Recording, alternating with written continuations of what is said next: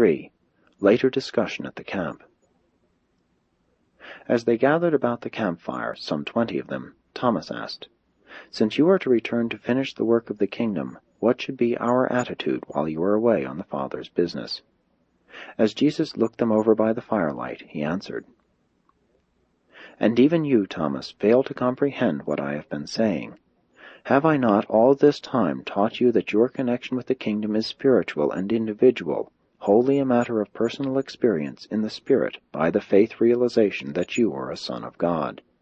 What more shall I say? The downfall of nations, the crash of empires, the destruction of the unbelieving Jews, the end of an age, even the end of the world, what have these things to do with one who believes this gospel, and who has hid his life in the surety of the eternal kingdom? You who are God-knowing and gospel-believing have already received the assurances of eternal life. Since your lives have been lived in the Spirit and for the Father, nothing can be of serious concern to you. Kingdom builders, the accredited citizens of the heavenly worlds, are not to be disturbed by temporal upheavals or perturbed by terrestrial cataclysms. What does it matter to you who believe this gospel of the kingdom if nations overturn, the age ends, or all things visible crash, since you know that your life is the gift of the Son, and that it is eternally secure in the Father? Having lived the temporal life by faith, and having yielded the fruits of the Spirit as the righteousness of loving service for your fellows, you can confidently look forward to the next step in the eternal career with the same survival faith that has carried you through your first and earthly adventure in sonship with God. Each generation of believers should carry on their work, in view of the possible return of the Son of Man, exactly as each individual believer carries forward his life work in view of inevitable and ever-impending natural death. When you have by faith once established yourself as a son of God, nothing else matters as regards the surety of survival. But make no mistake, this survival faith is a living faith, and it increasingly manifests the fruits of that divine Spirit which first inspired it in the human heart. That you have once accepted sonship in the heavenly kingdom will not save you in the face of the knowing and persistent rejection of those truths which have to do with the progressive spiritual fruit-bearing of the sons of God in the flesh. You who have been with me in the Father's business on earth can even now desert the kingdom if you find that you love not the way of the Father's service for mankind. As individuals, and as a generation of believers, hear me while I speak a parable. There was a certain great man who, before starting out on a long journey to another country, called all his trusted servants before him, and delivered into their hands all his goods. To one he gave 5 talents, to another 2, and to another 1. And so on down through the entire group of honored stewards, to each he entrusted his goods according to their several abilities. And then he set out on his journey. When their lord had departed, his servants set themselves at work to gain profits from the wealth entrusted to them. Immediately he who had received 5 talents began to trade with them, and very soon had made a profit of another 5 talents. In like manner, he who had received 2 talents soon had gained 2 more. And so did all of these servants make gains for their master, except he who received but 1 talent. He went away by himself and dug a hole in the earth, where he hid his lord's money. Presently the lord of those servants unexpectedly returned, and called upon his stewards for a reckoning. And when they had all been called before their master, he who had received the 5 talents came forward with the money which had been entrusted to him, and brought 5 additional talents, saying, "Lord, you gave me 5 talents to invest, and I am glad to present 5 other talents as my gain." And then his lord said to him, "Well done, good and faithful servant. You have been faithful over a few things. I will now set you as steward over many. Enter forthwith into the joy of your Lord." And then he who had received the 2 talents came forward, saying, "Lord, you delivered into my hands 2 talents. Behold, I have gained these other 2 talents. And his lord then said to him, "Well done, good and faithful steward.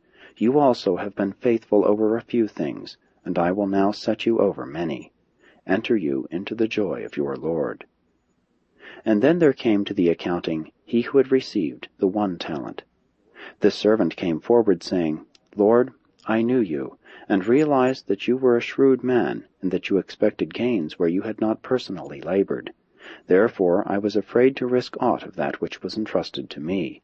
I safely hid your talent in the earth. Here it is. You now have what belongs to you. But his Lord answered, You are an indolent and slothful steward. By your own words you confessed that you knew I would require of you an accounting, with reasonable profit, such as your diligent fellow-servants have this day rendered.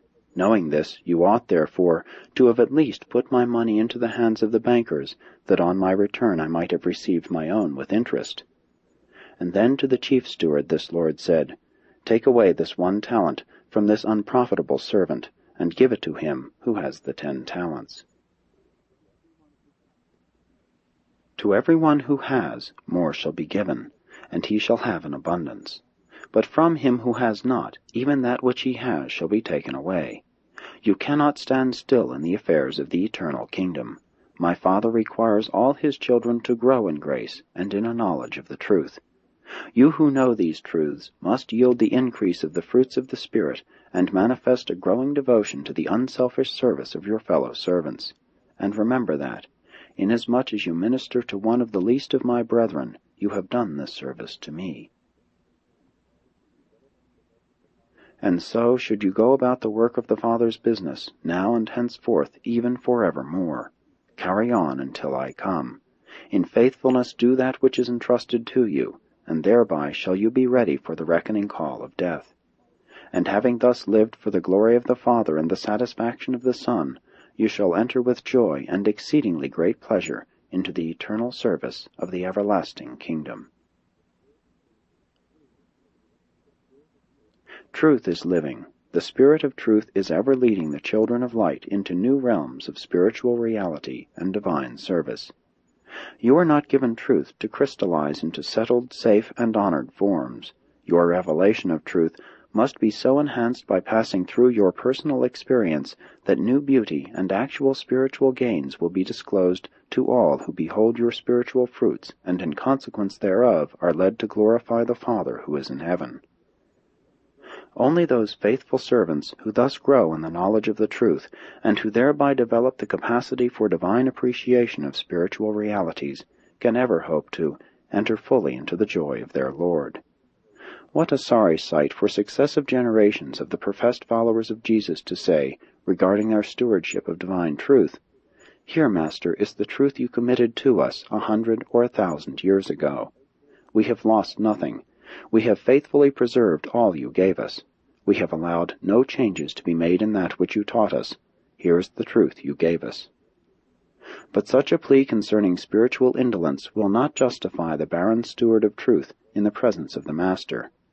In accordance with the truth committed to your hands, will the Master of truth require a reckoning. In the next world you will be asked to give an account of the endowments and stewardships of this world. Whether inherent talents are few or many, a just and merciful reckoning must be faced. If endowments are used only in selfish pursuits, and no thought is bestowed upon the higher duty of obtaining increased yield of the fruits of the Spirit, as they are manifested in the ever-expanding service of men and the worship of God, such selfish stewards must accept the consequences of their deliberate choosing. And how much like all selfish mortals was this unfaithful servant with the 1 talent, in that he blamed his slothfulness directly upon his Lord. How prone is man, when he is confronted with the failures of his own making, to put the blame upon others, oftentimes upon those who least deserve it.